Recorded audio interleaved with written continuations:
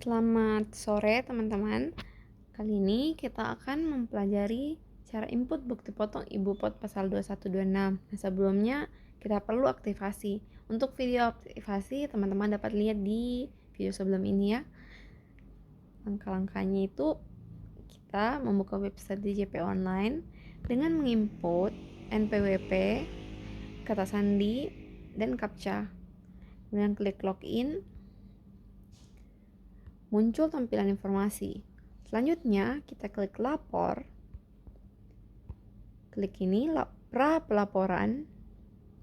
Lanjut.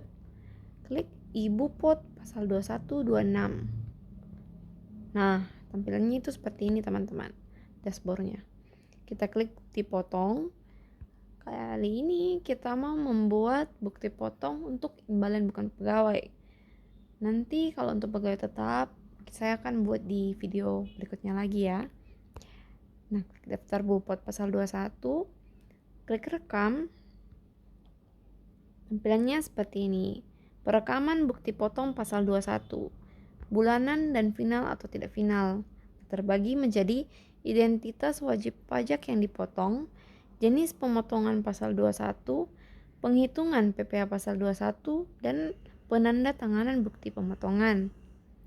Nah, yang pertama tahun pajak. Kalau teman-teman sebelumnya sudah pernah menggunakan ibu pot unifikasi, ini plus minus tampilannya itu ya mirip-mirip lah. Tahun pajak 2024, kemudian masa pajak Januari. Nah, saya mencoba menginput dengan menggunakan NIK yang sudah divalidasi. Namun hasilnya seperti ini saat saya menginput NIK tersebut. Dan namanya ketika mengecek ini, cek, hasilnya muncul kesalahan, nicknya tidak ditemukan. Mungkin DJP masih mengupdate karena ini per 23 Januari, sehari setelah aktivasi fitur ini muncul begitu. Jadi untuk amannya, dengan tadi saya menginput NPWP-nya saja. Kemudian ketika saya enter, nama dan alamatnya itu otomatis. Kita lanjut teman-teman.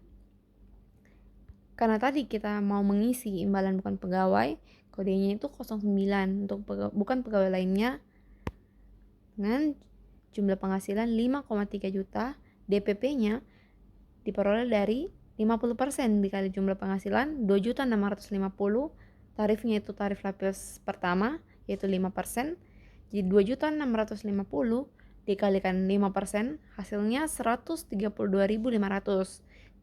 Sebenarnya untuk fitur ini ketika kita klik kita menginput jumlah penghasilannya 5,3 juta, lalu kita klik ini hitung, itu sudah otomatis. Tapi alangkah baiknya teman-teman kita tahu juga dari mana hasil pasal 21 ini diperoleh.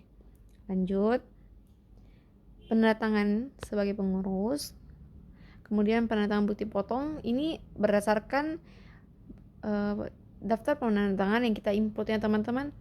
Mungkin kalau teman-teman butuh, saya akan memberikan video bagaimana cara untuk menambahkan daftar penandatangan bukti pemotongan. Selanjutnya kita centang ini. Dengan ini saya menyatakan bahwa bukti pemotongan atau pemungutan unifikasi mungkin belum diupdate ya, harusnya kan 2126 telah saya isi dengan benar dan telah saya tanda tangani secara elektronik. Centang, klik simpan. Nah, setelah itu kita dikembalikan ke laman ini, bukti potong, untuk melihat hasil bukti potong yang telah kita buat tadi. Ini kosong. Oh, ini yang bulanan kosong karena isinya itu ketika kita menginput untuk pegawai. Jadi kita klik ini yang final atau tidak final. Nah, setelah klik muncul bukti potong yang tadi 5,3 juta, PPh pasal 21 yang dipotong 132.500, statusnya belum posting, normal. Kita klik ini lihat untuk melihat perbandingan dari bukti potong yang lama dan yang baru. Nah, ini yang sebelah kiri ini yang baru, yang sebelah kanan ini yang lama. Nah, perbedaannya itu yang pertama di warnanya sih, ini logonya. Yang ini yang barunya tanpa warna, yang satunya berwarna. Kemudian masa pajak Januari 2024. Yang lama itu tidak ada, tidak terlihat. Kemudian bagiannya ini ada 4 bagian. A. Identitas penerima penghasilan yang dipotong sama. B. PP pasal 21 dan atau pasal 26 yang dipotong. Ya sama juga.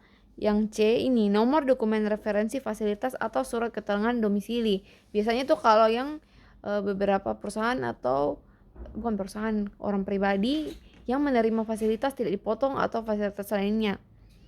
Kemudian identitas pemotong. Nah, di sini cukup signifikan pembedaannya. Nama penandatangannya itu ada muncul. Lalu di bagian sini ada QR, kode QR yang ketika teman-teman dapat scan itu munculnya tanda tangan elektronik yang memotong itu. Kalau yang di sini kan kita masih mengecap stempel perusahaan dan juga tanda tangannya. Selain itu, mungkin seperti itulah perbedaannya. Demikianlah dapat saya sampaikan bagaimana cara menginput bukti potong di IBUPOT pasal 2126. Apabila ada yang ingin teman-teman tanyakan, silakan kalian tanyakan. Terima kasih.